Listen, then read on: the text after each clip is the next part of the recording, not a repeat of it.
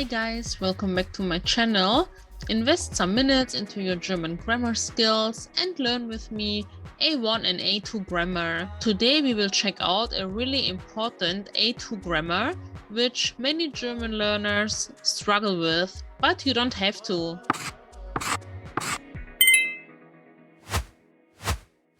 So the topic last week was Nebensätze with wenn. If you're not familiar with this, you can check it out in my last video about A2 grammar. So let's read. Wenn du nicht bald buchst, bekommst du kein Hotelzimmer mehr. So what we wanted to achieve here is to have an if condition which has a negative result. So we do something negative, we get something negative. If you do not book soon, you will not get a hotel room. The part with wenn is the Nebensatz construction, and this is the Hauptsatz, the main sentence. And as you can see, really clear, we have here the verb at the end of the Nebensatz. And the construction of the Hauptsatz is, in this example at least, verb subject. I talked about it in my other video. I can only recommend, I'm not saying this to get clout or views or whatever, but really, if you're not familiar with the position of the words in this kind of sentences, check out my other video. I really explained it there. Next one. Wenn du dich nicht beeilst, kommst du zu spät. If you do not hurry, you come too late. Of course, in English, we would say you will come too late. If we put the main sentence in front, do you remember what will happen? Du kommst zu spät, wenn du dich nicht beeilst. So if we put it in front, we have the typical or the normal position of subject-verb. Here you have it, subject-verb. But if we put it on the second part of the whole sentence, it is verb-subject. Wenn Peter mir nicht hilft, schaffe ich die Arbeit nicht.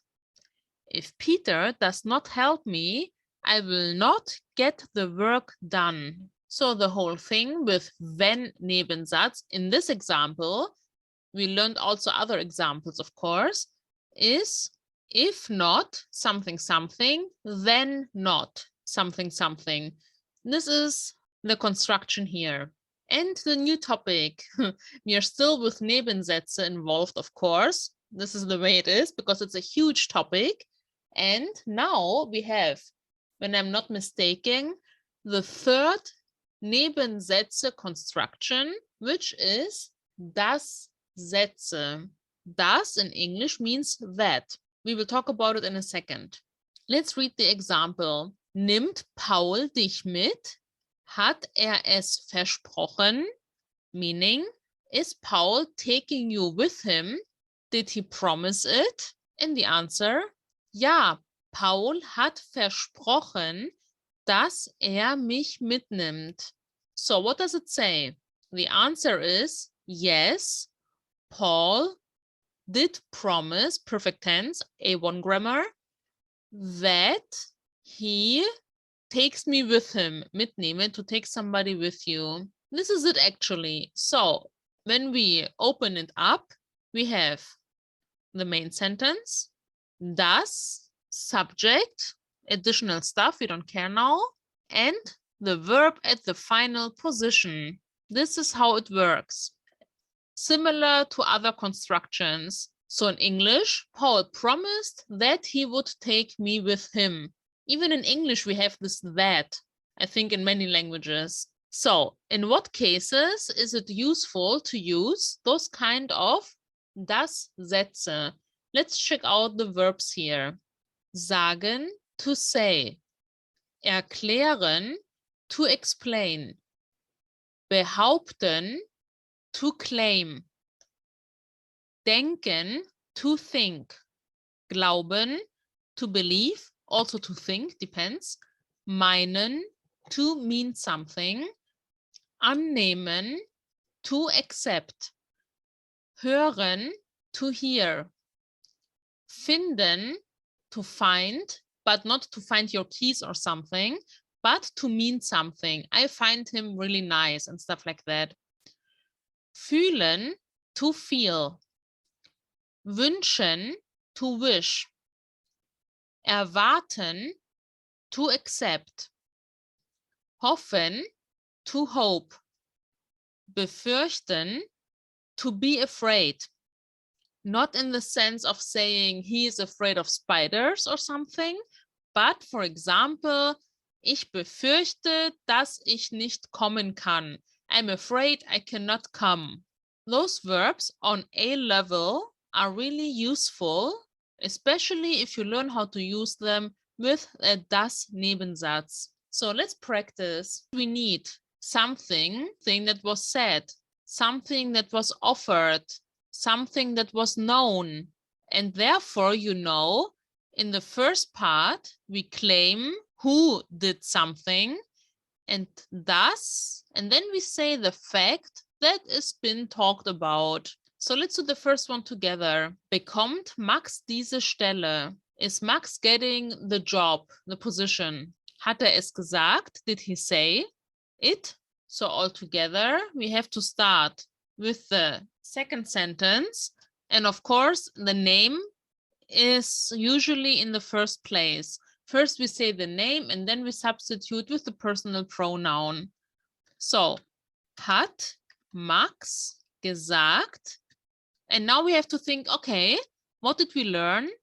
Dass talking about the same person, diese Stelle bekommt, verb at the very end. Okay, so hat Max gesagt, dass diese Stelle bekommt? Did Max say that he gets the job? Of course, later you will learn it doesn't have to be always the same thing. You can say, did Max say that she gets the job? Of course, right? The subject doesn't have to be the same in both parts. If you want, you can do the other two and then we will compare.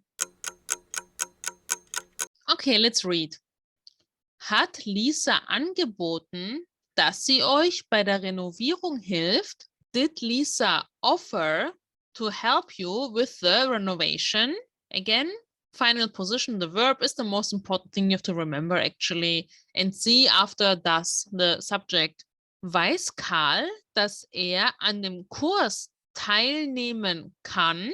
Does Carl know that he can join the course? Here we have a modal verb. You should know this by now, I'm sure, if you watch my videos at least. So, teilnehmen is the main verb. It is in infinitive. And the conjugated verb, which is the modal verb, is on the final position. We cannot say, dass an dem Kurs kann teilnehmen. This is wrong. It must be on the final position, the conjugated verb. In this case, the modal verb. Just remember it like this for now.